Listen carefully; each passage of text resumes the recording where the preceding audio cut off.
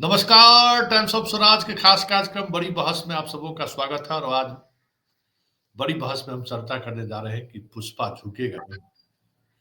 आखिर क्या ऐसी बात है कि चारों तरफ से घेराबंदी के बावजूद भी पुष्पा झुकने को तैयार नहीं है। जी हाँ, हम बिहार के उस पुष्पा की बात कर रहे हैं जो लगभग 40 वर्षों से बिहार की राजनीति को कहीं न कहीं अपने तरीके से प्रभावित करते रहे हैं, अपने तरीके से चलाने की भी कोशिश की है। और मुख्यमंत्री बनने के बाद तो फिर उन्होंने जो इकबाल दिखाया है, हमें लगता है कि बिहार में इससे पहले या इस देश की राजनीति में बहुत कम ऐसे मुख्यमंत्री होंगे जो इस तरीके से डंके की चोट पर शासन किया हो। और वो भी तब जब सामने नरेंद्र मोदी और अमित शाह जैसे दो ऐसे राजनेता सामने हो जिनके सामने बड़े बड़े की पसीने छूट चुके हैं। बात हम नीतीश कुमार की कर रहे हैं, हम उसी पुष्पा की कर रहे हैं। उन्होंने जो जो लगातार पिछले 24 घंटे से जिस तरीके से चीजों को रख रहे हैं, पटना से अपने उपस्थिति जताकर भी और उस कार्यक्रम से अपनी दूरी दिखाकर भी जो संकेत देने की कोशिश किया है, आखिर उस संकेत के पीछे का संकेत क्या है? आज फिर हमारे साथ दिल्ली से अभिषेक जी जुड़ेंगे। स्वाभाविक तौर पे अभिषेक जी सरकार बनाने और सरकार बदलने के जो तरीके होते हैं इस पर, या जो इंफॉर्मेशन सिस्टम होता है इस पर इनकी खास पैनी नजर रहती है। लेकिन आज सवाल इनसे मेरा ठीक उसके उलट ये सवाल है कि आखिर नीतीश कुमार, जबकि सबको मालूम है कि बुरी तरह पहले वाली नीतीश की स्थिति नहीं है, उनके सांसद उनके साथ नहीं है, उनके पार्टी के जो सबसे बड़े उनके जो खासम खास थे आज वो उनके साथ नहीं है। हर कोई ब्यूरोक्रेसी में भी अधिकांश लोग शाह और मोदी के शागिर्द बन चुके हैं, इनके साथ रहने वाले लोग शागिर्द बन चुके हैं। फिर भी ये पुष्पा झुकने को तैयार क्यों नहीं है? क्या ताकत है नीतीश कुमार में? संतोष जी, आपने ताकत की बात की और परिस्थितियों की बात की, तो दो तीन चीजें आपके सामने पहले रख देता हूं। खासकर आपने कहा कि 40 साल से बिहार की राजनीति में सक्रिय, तो जो 40 साल की बात आप कह रहे हैं, 9 मार्च 1985, बड़ा इंटरेस्टिंग ट्रिविया है। पूरे देश के लोगों की नजर मेलबर्न पर थी और मेलबर्न में वो रवि शास्त्री की ऑडी कार, जब चैंपियंस ऑफ चैंपियंस इंडिया जीता था, Benson and Hedges world championship of cricket, वो सबके जेहन में है। और वही 9 मार्च की तारीख थी जिस दिन बिहार विधानसभा का सत्र हो रहा था और पहले दिन नए विधायकों को शपथ दिलाई जा रही थी। अब नीतीश कुमार ने पहले ही दिन शपथ ली या मैच देख के आए तो अगले दिन शपथ लिए, तो मुझे नहीं पता। लेकिन उस विधानसभा का गठन 9 मार्च को उसी दिन हुआ था जिस दिन रवि शास्त्री को कार मिली थी। अब आपने कहा कि क्या है कि झुकने को तैयार नहीं है, तो वो सबसे बड़ी ताकत दरअसल ये है कि राष्ट्रीय जनता दल और जो महागठबंधन है बिहार का, उस महागठबंधन के पास ताकत तो है, जहाज भी है, कप्तान नहीं है। और नीतीश कुमार के पास कप्तान तो है, खुद कप्तान है, लेकिन ताकत उतनी नहीं है। तो जहाज बिना कप्तान के चलेगा नहीं और कप्तान को भी चलाने के लिए जहाज चाहिए। ये दोनों ही परिस्थिति है। अब सब कुछ है, महागठबंधन के पास एक बड़ा वोट बैंक है, राहुल गांधी की ताकत है, लालू परिवार की ताकत है, मंडल पॉलिटिक्स की ताकत है, सब है। लेकिन कप्तान एक छोर से दूसरे छोर पर ले जाकर के जहाज को लगा दे, इस बंदरगाह से उस बंदरगाह, जेटी से आगे बढ़ाने की ताकत नहीं है। इतनी ताकत है कि 112 या 114 विधायक जरूर हैं, तो सांसद अगर कुछ 2-4 चले भी जाए तो बहुमत का आंकड़ा तो 122 ही है ना। नहीं, देखिए अभिषेक जी, आप अपने लाइन पे हैं, हम समझ रहे हैं, वो सवाल नहीं है। सवाल है कि लालू के साथ तो इनका कोई अभी, देखिए एक बात तय मानिए, आप दिल्ली में हैं, हम पटना में, इतना तय मानिए कि लालू परिवार की जिस तरीके की घेराबंदी हो चुकी है और बार बार लैंड फॉर जॉब मामले में जिस तरीके से सरकार लालू को कह सकते हैं कि मदद कर रही है, ये समझिए कि भाई रेलवे अधिकारियों पर चार्जशीट की अनुमति अभी तक नहीं दी गई है सरकार के द्वारा, वजह जो भी हो, इस वजह से लगातार तारीखें बढ़ रही हैं और इसका लाभ लैंड फॉर जॉब मामले में लालू परिवार को मिल रहा है, क्योंकि लैंड फॉर जॉब एक ऐसा मसला है जिसमें कहीं दूर दूर तक अगर कोर्ट पे सुनवाई हो गई तो लालू परिवार को बचना मुश्किल है। इस तरीके के एविडेंस है। और जिसको जी नौकरी इन्होंने दिया है वो ऑलरेडी सरकार का गवाह बन चुका है कि हाँ हमने इनको जमीन दी और इसके बदले उन्होंने नौकरी दी है। उस केस में इस तरीके का लाभ दिया जा रहा है, तो ये तय मानिए कि लालू कोई बिहार में कोई सरकार बनने वाली नहीं है। ये भी हम अपने दर्शकों को बता दें कि कोई लालू से गठबंधन होगा या लालू, क्योंकि लालू भी विवश है। तेजस्वी का कमान जब, क्योंकि लालू नीतीश कुमार की उस राजनीति को समझते हैं कि हम दोनों जब तक हैं तब तक बिहार की सत्ता हमारे पास है, नहीं तो उसके नीतीश के पास है। दोनों में से एक खत्म हुए तो बात खत्म, पूरी राजनीति बदल जाएगी। ये बात लालू समझते हैं, तेजस्वी नहीं समझते।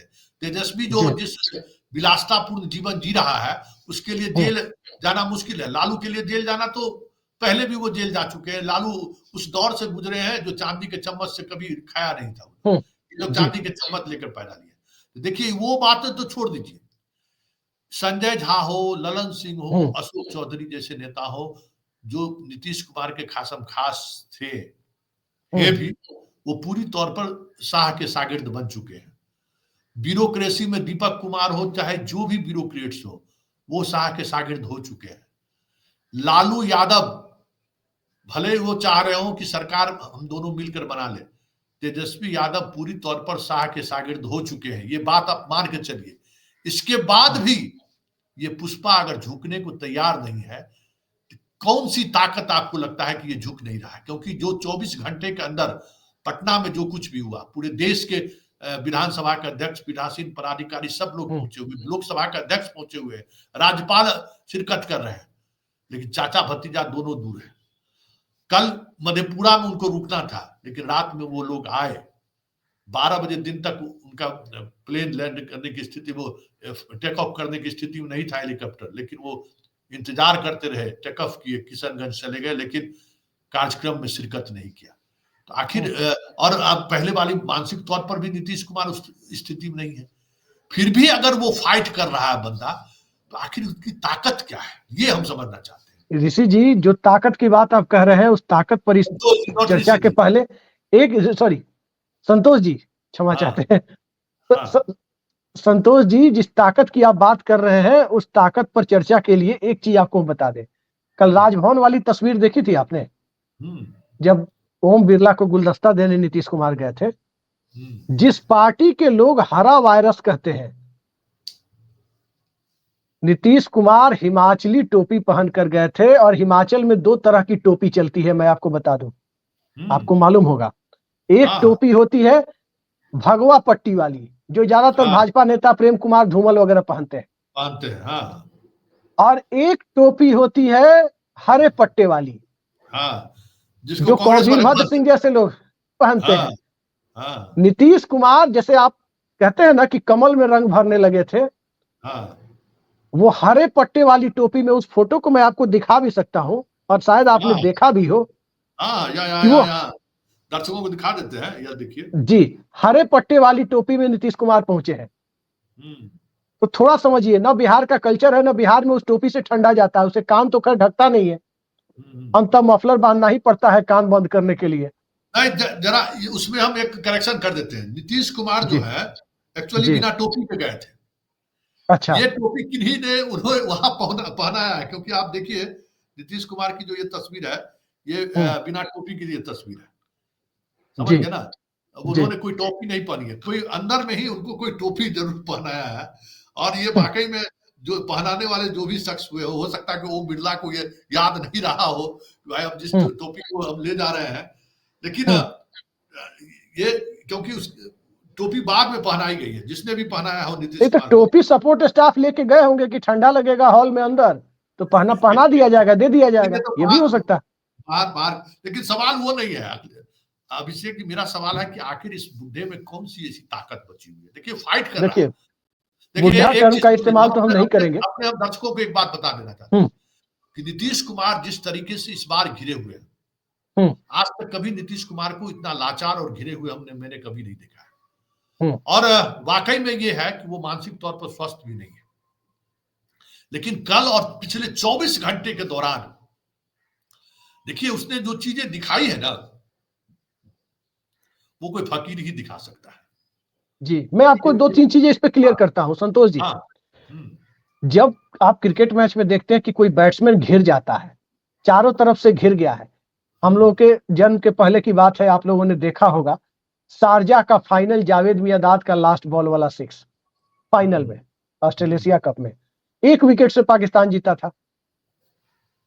और किस तरह से आखिरी 3 विकेट के साथ 110 रन खींच करके ले गए थे जावेद मियांदाद, आखिरी 3 विकेट के साथ 136 रन पर तो 7 विकेट शायद गिर चुके थे उसके, और 246 बनाने थे। तो जब इस तरह के हालात होते हैं तो attack is the best defence कहा जाता है। जब आपके चारों तरफ परिस्थितियां विपरीत हो तो attack is the best defence होता है, जो नीतीश कुमार दिखा रहे हैं। क्रिकेट नहीं है भाई, क्रिकेट का नहीं, ग्राउंड नहीं मैं है। उसी पर आ रहा हूं, मैं उसी पर आ रहा हूं कि क्या है। देखिए, लालू यादव राजनीति को समझते हैं, लालू यादव बिहार की सामाजिक परिस्थिति को समझते हैं कि एमवाई वर्सेस ऑल होने की स्थिति में बीच में जो एक बफर जोन बना के रखा है वो नीतीश कुमार ने बना के रखा है, अन्यथा भाजपा कब का भारतीय जनता पार्टी के हाथ में बिहार जा चुका होता। ये बात लालू यादव समझते हैं, और लालू यादव को ये बखूबी पता है कि बिहार में एमवाई वर्सेस ऑल की स्थिति तब तक ना बननी चाहिए जब तक कि नरेंद्र मोदी को शीर्ष पर बीजेपी ने बिठा रखा है, एक ओबीसी चेहरे को। ये परिस्थिति लालू यादव अच्छे तरीके से जानते हैं, और जब ये परिस्थिति जानते हैं तो राजनीति खत्म होने से अच्छा है सत्ता जाना उतनी बड़ी दुख की बात नहीं है जितना कि दुकान में ताला लग जाना, दुकानदारी बंद हो जाना।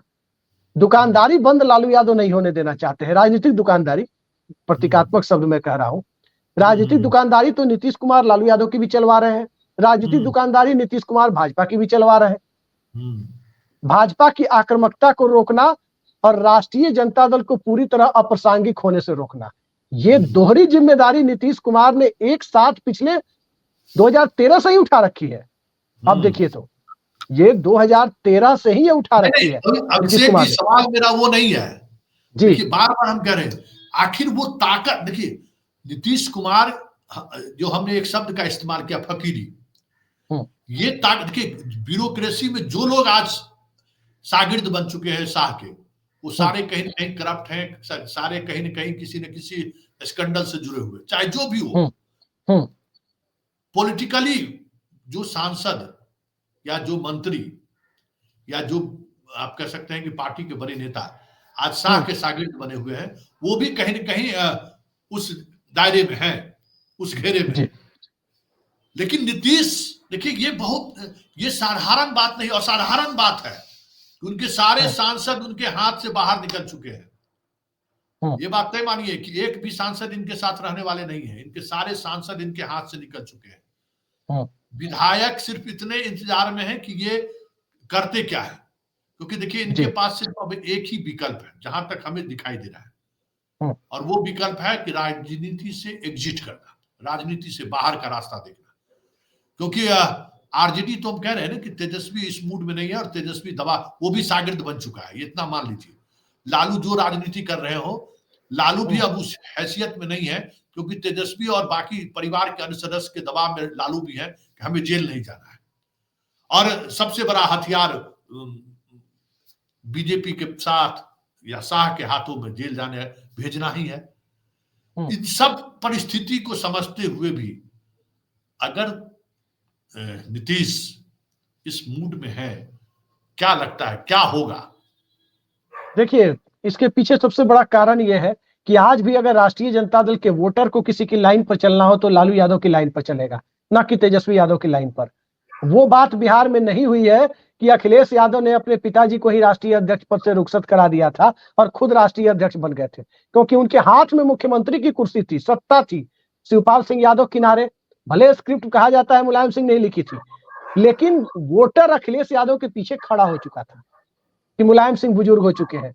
आज बिहार में तेजस्वी यादव को लालू यादव का उत्तराधिकारी तो मान चुका है वोटर, लेकिन वोटर के बीच लालू यादव वाला ग्लैमर जो है वो तेजस्वी यादव का नहीं बना है। पहली बात, लालू यादव अभी भी राष्ट्रीय जनता दल के कोर वोटर के नेता हैं, मार्गदर्शक है, सब कुछ।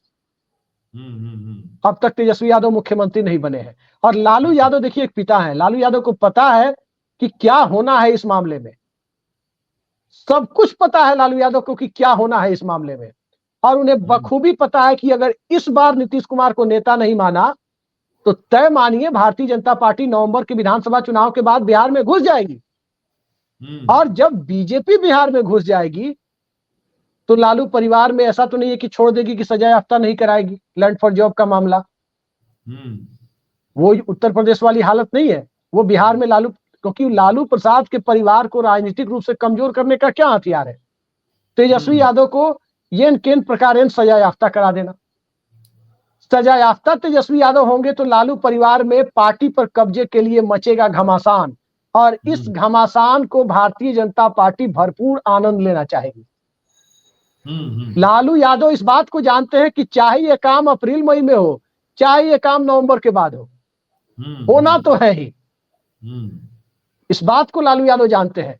दूसरी चीज, अगली विधानसभा में बार बार इस बात को कह रहा हूं, किसी कोई आदमी इस पर ध्यान नहीं दे पा रहा है, बार बार मैं कह रहा हूं कि जो नवंबर 25 से नवंबर 30 की विधानसभा है, ये जनगणना और परिसीमन वाली सरकार का कार्यकाल होगा। देखिए, हम आपको एक बात बता देते हैं, इस मामले में आप गलत हैं। आप अपना पूरा अध्ययन को दोहराइए। जनगणना और ये जो जनगणना की जो तारीख है ना, जिसको आप जोड़ते हैं, वो नहीं होगा। हम भी कई संविधान से हमारी बात हुई, कल बिहार के कल यहाँ भी आए हुए थे आप हमारे शो में पिछली बार ये इसकी चर्चा की थी। जो उसमें एक एक्सपर्ट वो कार्यक्रम उन्होंने वो देख रहा था, उन्होंने फिर बाद में हमें फोन करके बताया कि आप अभिषेक जी को कहिए कि आप सत्य जो उनके आशुतोष जी के चैनल पर भी आपने ये बातें कही हैं, ये संवैधानिक तौर पर करेक्ट नहीं है, ठीक है ना? वो नहीं करा सकते हैं। वो जब भी जनगणना होगा तो जनगणना का जो पीरियड है, उस पीरियड के बाद ही वो आप 29 के बाद ही वो करा सकते हैं, 26 में वो नहीं करा सकते। इसलिए ये तर्क नहीं है। नहीं, मैंने पूरा पिछले परिसीमन के रिकमेंडेशन को पढ़ा था कि 26 के बाद होने वाली पहली जनगणना के आधार पर, इसमें देखिए, तो 21 में अगर जनगणना हुई होती तो फिर 31 में होती पहली जनगणना 26 के बाद की। बीजेपी किसी न किसी बहाने जनगणना को टाल करके ले आई 25-26 तक। नहीं, सुनिए, जनगणना का जो लॉ है ना, संविधान में प्रावधान, जब कभी होगा ना तो वो 21 ही काउंट होगा, वो 26 काउंट नहीं होगा। ये बात आप समझ अगर ये बात है तो परिसीमन इसमें नहीं होगा। वो बात तय मानिए, वो बात ये लोग समझ गए हैं। ये लोग सुप्रीम कोर्ट के जज वगैरह से भी ये बात समझ चुके हैं कि जनगणना जब कभी भी होगा ना, क्योंकि इस तरीके से एक बार और जनगणना रुका था। अब कोई पीरियड आप देखिए, उस समय में भी यही चीज हुआ था कि जनगणना जिस वक्त होगा काउंट वही होगा। आप इसलिए नहीं है कि 20 बार से बात कीजिएगा तब जनगणना का पीरियड वो चला जाएगा, जनगणना वही होगा। तो ये वो सवाल नहीं। सवाल देखिए अभिषेक जी, अभी भी वो सवाल है, आखिर पुष्पा में वो कौन सी ताकत है? देखिए, 15% वोट है, घटना नहीं है जी। ये साधारण, या तो फिर इन्होंने तय कर लिया है कि इस बार आर पार की, क्योंकि शुरुआत इस बार बीजेपी ने किया है।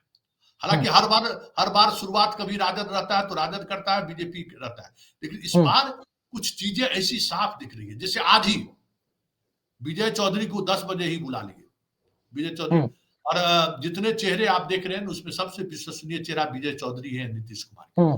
बाकी किसी की बातों पर वो भरोसा कर, विजय चौधरी मतलब दोनों एक दूसरे के हैं, जी, ठीक है ना? तो ये एक बड़ी बात है कि आखिर वो ताकत मिल कहां से रहा है इस फकीर जो इस तरीके से स्टैंड ले लिया इसने। देखिए, एक चीज ताकत कहां से मिल रहा है, एक चीज मैं आपको बता दे रहा हूं साफ साफ। जो आप कह रहे हैं कि तेजस्वी यादव उस कैंप के सामने झुक गए हैं, हो सकता है आपकी बात सही हो, लेकिन एक बात आप जान लीजिए, नीतीश कुमार राष्ट्रीय जनता दल की इस ताकत को जान गए हैं कि इस विधानसभा के अंदर उनकी सरकार को राष्ट्रीय जनता दल मझधार में नहीं छोड़ सकती। बिहार को प्रेसिडेंट रूल की तरफ राष्ट्रीय जनता दल नहीं जाने देगी। जब भी नीतीश कुमार भाजपा से नाता तोड़ेंगे, भाजपा मंत्रियों को बर्खास्त कर तोड़े या जिस रूप में तोड़े, अगर उन्होंने तोड़ा तब की बात कहते हैं, अगर वो नाता तोड़ेंगे भारतीय जनता पार्टी से तो राष्ट्रीय जनता दल भारतीय जनता पार्टी के प्रत्यक्ष या अप्रत्यक्ष शासन में बिहार को जाने से बचाने के लिए किसी भी कीमत को अदा करने के लिए वो तैयार हो जाएगी। ये पहली शर्त है, ये पहली बात है जो राजद की तरफ से, जो आपको मैं बता रहा हूं कि राजद के लोग इस मना स्थिति के हैं। दूसरी बात समझिए, जिस पर आपने शायद ध्यान दिया भी है, पहली बार मैंने सुना कांग्रेस और राजद के लोगों को राहुल गांधी के दौरे के दिन शाम में इंडिया अलायंस की जगह महागठबंधन टर्म यूज करते हुए, आपने ध्यान दिया कि बिहार में महागठबंधन की सरकार बनेगी, इंडिया गठबंधन का नाम नहीं लिया गया। और इंडिया नाम पर इंडिया अलायंस की बेंगलोर बैठक में किस नेता को आपत्ति थी? नीतीश कुमार को आपत्ति थी। इतना लंबा चौड़ा नाम और देश के नाम से जुड़ा हुआ नाम मत रखिए आप लोग, छोटा नाम रखिए गठबंधन का। तो अच्छा, महागठबंधन नाम दिया हुआ नीतीश कुमार का था 2013-14 में। अब जो हालात है कि महागठबंधन टर्म की तरफ वापस आना, दूसरी तरफ राहुल गांधी ने जो बातें की जाति जनगणना को लेकर, मैंने कांग्रेस के लोगों से जो बात की तो दूसरी बात सामने आई। उन्होंने कहा कि राहुल गांधी उसको फेक नहीं कहना चाहते थे। राहुल गांधी दरअसल कहने का मतलब यह था कि जनगणना कराने का कॉन्स्टिट्यूशनल राइट, चाहे वो किसी तरह की जनगणना हो, वो राइट केंद्र सरकार के पास है। आर्टिकल 346 है या 341 है शायद, उसमें केंद्र सरकार के पास है। तो राज्य सरकारें ऐसे जो कास्ट सर्वे या कास्ट सेंसस कराती है, उसकी संवैधानिक वैधता या कानूनी वैधता नहीं है, ये वो कहना चाहते थे कि लीगल वैलिडिटी नहीं है। वो हल्के फुल्के टर्म आसानी से यूज कर गए कि फेक है, ये बात वो कहना चाहते थे। और इस बात ने तूल पकड़ लिया बिहार में, लेकिन ऐसा कोई मकसद नहीं था।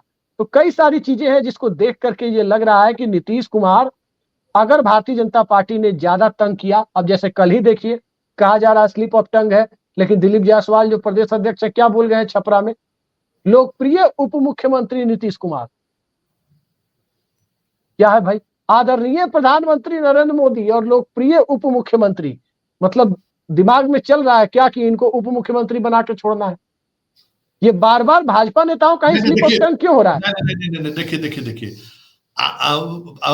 अभिषेक जी, आप जैसे हम पत्रकारों का भी एजेंडा होता है ना, वैसे ये आपका एजेंडा हो सकता है। हम देखिए उन बातों पर हम नहीं जा रहे हैं। देखिए आप जिस तरीके से चीजों को देख रहे हैं ना, कि महागठबंधन शब्द आ गया, उप मुख्यमंत्री आ गया, परिस्थिति उस तरफ बढ़ रहा है, ये सारी बातें वो आपके उस विचार के साथ है, जिस विचारों को लेकर आप पिछले कई महीने से कर रहे हैं। बात विचार की नहीं है संतोष जी। एक चीज समझिए, नहीं एक चीज समझिए संतोष जी, एक चीज समझिए, एक लाइन हम कहना चाहते हैं। नीतीश कुमार का भी स्लिप ऑफ टंग हुआ था दरभंगा में, जब वो इंडिया अलायंस में थे। तभी उन्होंने कह दिया था कि जब हम प्रधानमंत्री थे, कहना चाहिए था मुख्यमंत्री थे। तो अक्सर देखिएगा ये ह्यूमन साइकोलॉजी है कि स्लिप ऑफ टंग क्या होता है। 60-70% केसेज में वही होता है कि जो दिमाग में चल रहा होता है वो जुबान पर आ जाता है। नहीं, ये समझ लीजिए। नहीं, ये तो क्या दरभंगा में बोलने के बाद क्या हुआ? कुछ बड़ा राजनीति उठा पटक तो नहीं हुआ? नहीं हुआ ना, वो स्वाभाविक है कि नीतीश कुमार चाहते हैं प्रधानमंत्री बनना, इसमें कोई शक थोड़े है। सवाल देखिए अभिषेक जी, आप अपने लाइन पे हैं, आप अपने लाइन पे बने रहिए। मेरा जो मैं ऑब्जर्व कर रहा हूं, ये अभी भी हमारे सोच से परे बात है। एक बात समझ लीजिए जी, कि अमित शाह जिस तरीके से इस बार बिहार को साधने की कोशिश में लगे हुए हैं, आपको पता है कि प्रशांत किशोर के साथ क्या क्या हो रहा है। प्रशांत किशोर किस स्तर पर चिराग मॉडल 2 के रूप में काम कर रहे हैं। और आप जानकर हैरान रह जाइएगा कि एक आईपीएस अधिकारी जिसके वीआरएस पर नीतीश कुमार ने असहमति जताई, असहमति उसको मिल गया नहीं किया। तो इस देश के इतिहास में पहली बार हुआ होगा कि सीधे राष्ट्रपति उस फाइल को जो है राष्ट्रपति उसको स्वीकार कर दिया। और आने वाले समय में देखिएगा प्रशांत किशोर और लांडे, ये सब जितने लोग हैं, सब एक प्लेटफॉर्म पर आ जाए ताकि बिहार का जो यूथ है ना, उस यूथ को नीतीश के खिलाफ कर सके। ये भी सब कुछ सामने है। नहीं, वो तो चल ही रहा है, वो एजेंडा तो आपको क्या नीतीश कुमार को भी दिख रहा होगा। नहीं, ईडी सीबीआई हर स्तर पर नीतीश के आसपास के लोगों की घेराबंदी कर रखी है। इसके बावजूद भी अगर नीतीश के झुकेगा नहीं तो फिर आखिर हम सवाल देखिए, इसलिए नहीं कि कांग्रेस और आरजेडी हमको सरकार बनाने में समर्थन कर देगी। अगर ये लोग का नियत ठीक रहता तो बीजेपी यहाँ सांसदी में जो है नहीं होती। सही बात है। तब इस लोगों के पर क्या वो नीतीश कुमार भरोसा करेगा? और ये लोग भरोसे के लायक हैं क्या? लालू परिवार का अपना लूट का अपना मॉडल है, संतोष जी, अपना लूट का मॉडल है। उस मॉडल के संतोष जी, भरोसे नीतीश इतना बड़ा बगावत नहीं कर सकता है। कुछ तो संतोष जी, बात है जो हम आपसे समझना चाहते हैं। हाँ, हम आपको जो हमें समझ में आ रहा है मैं आपको साफ-साफ 2 मिनट के अंदर बता देता हूँ। बता दीजिए। अनइंटरप्टेड 2 मिनट दीजिए। हाँ, हाँ। ये सरकार अगर नीतीश कुमार ने बिहार में विपक्ष परिवर्तन कराया हुँ, और ये सरकार जो बनी, अगर हुँ, 10वीं शपथ हुई नीतीश कुमार की, तो ये चुनावी साल का होगा, ये तो तय है। हुँ, और चुनावी साल में जनता के बीच जाने के समय कोई इधर-उधर नहीं करता है। और हुँ, नीतीश कुमार की इच्छा, एक लाइन में हम कहें तो अवसरवाद का सबसे बड़ा उदाहरण है। क्या है हुँ, उनकी इच्छा? कि हम 80-90 जीत जाएं और राजद भाजपा में कोई एक पार्टी 40 के साथ विधानसभा में मौजूद रहे हुँ। और जो 40 के साथ रहेगी उसके साथ हम 5 साल खींच दें, यही उनकी इच्छा है। चलिए, चलिए फिर आप उसी लाइन पर आ गए। हम जिस लाइन को समझना चाहते थे वो लाइन अभी भी स्पष्ट नहीं हो पा रहा है कि वाक़ई में नीतीश और कुमार ताकत, चुनावी साल में रिस्क क्या होता है? बस अपने हाथ में सत्ता हो, सरकार चलाते रहे, चुनाव होता रहे, मशीनरी अपने हाथ में हो, बस। इसके लिए तो राजद के पास एम्पल ताकत है। नहीं, तो वही तो नहीं है। आप समझ जाइए कि बिहार के डीजीपी हो, चीफ सेक्रेटरी हो, चाहे विकास आयुक्त हो, चाहे हम्म। सीएम सचिवालय में बैठे अधिकारी हो, सारे के सारे लोग कहीं न कहीं शाह के इशारों पर काम करने को मजबूर हैं, अरे ये बात मालिक, तभी तो ये नौबत आई है कि सिक्योरिटी वाले तक को बाहर कर दिया गया, 2 लोग जब मिल रहे हो तब। फिर भी बात वो नहीं है। चलिए, आप सरकार बनाइए, विपक्ष हम बदलिए और हम हम ये सरकार समझ विपक्ष लें नहीं कि बना रहे, बदल रहे हैं। वो लोग पटना में जो बैठे हुए हैं नेता लोग, उन लोगों का काम है। 2 ही चलिए, लोग हैं, आप नहीं, नहीं, नीतीश नहीं, कुमार आप और लालू यादव। अभिषेक जी, आप इस डिबेट को हम अब यहीं विराम लगाते हैं। आप सरकार विपक्ष बदलिए, उसके आधार पर आप उन चीज़ों को समझने और देखने की कोशिश कर रहे हैं। मेरा नज़रिया ठीक इससे उलट ये है कि आखिर नीतीश में वो ताकत कहाँ से आ रही है? क्योंकि देखिए, अभी हम देख रहे हैं कि नीतीश दंतहीन, विषहीन, जो कुछ भी आप हो सकता है ना, इतना लाचार नीतीश मैंने कभी नहीं देखा है। और इस हम्म, लाचारी में भी अगर नीतीश कुमार स्टैंड ले रहे हैं, ये बहुत बड़ी बात होगी। ये हम्म, बहुत बड़ी बात है अभिषेक जी, कि ये जानते हुए कि चारों तरफ युद्ध के इस मैदान में हर कोई उसका दुश्मन है, कोई दोस्त नहीं है। चाहे वो हम्म, लालू हो, चाहे वो राहुल हो, चाहे शाह हो या मोदी हो, हर कोई जी, दुश्मन है। हर कोई इंतजार कर रहा है कि ये बुड्ढा खत्म हो जाए, ये कांटा खत्म, तो फिर लड़ाई आमने सामने होगी। हर किसी की यही इच्छा है। इसके बावजूद भी अगर ये भीष्म पितामह हम कह सकते हैं कि अगर गांडी उठाने को तैयार है, तो फिर तो कुछ न कुछ तो बात है अभिषेक जी। इस बात पर आप लोगों को भी गौर करना होगा। जिस चश्मे से आप नीतीश को देख रहे हैं ना, इस बार वो चश्मा ठीक उलट है, क्योंकि इस हम्म। बार नीतीश अकेले इस मैदान में है। इनके साथ कोई खड़ा नहीं है।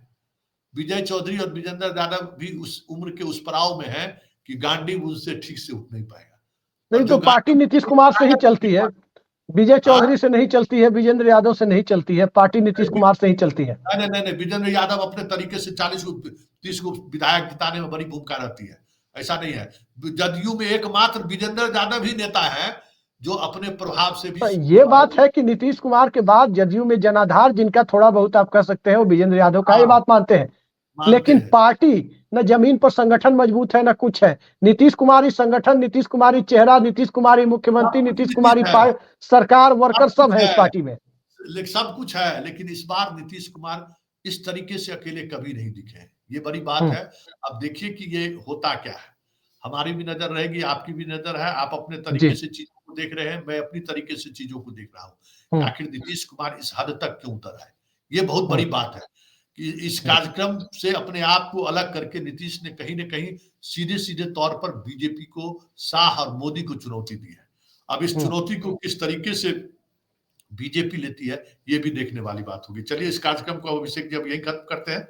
जी, नमस्कार। नमस्कार। चलिए, बने रहिए। यही बिहार की तासीर है, यही बिहार की सियासत का एक अलग मिजाज है कि झुकेगा नहीं पुष्पा। चलिए, इस कार्यक्रम को यहीं खत्म करते हैं। फिर हमारी आपकी मुलाकात होगी। फिलहाल इजाजत दीजिए। नमस्कार।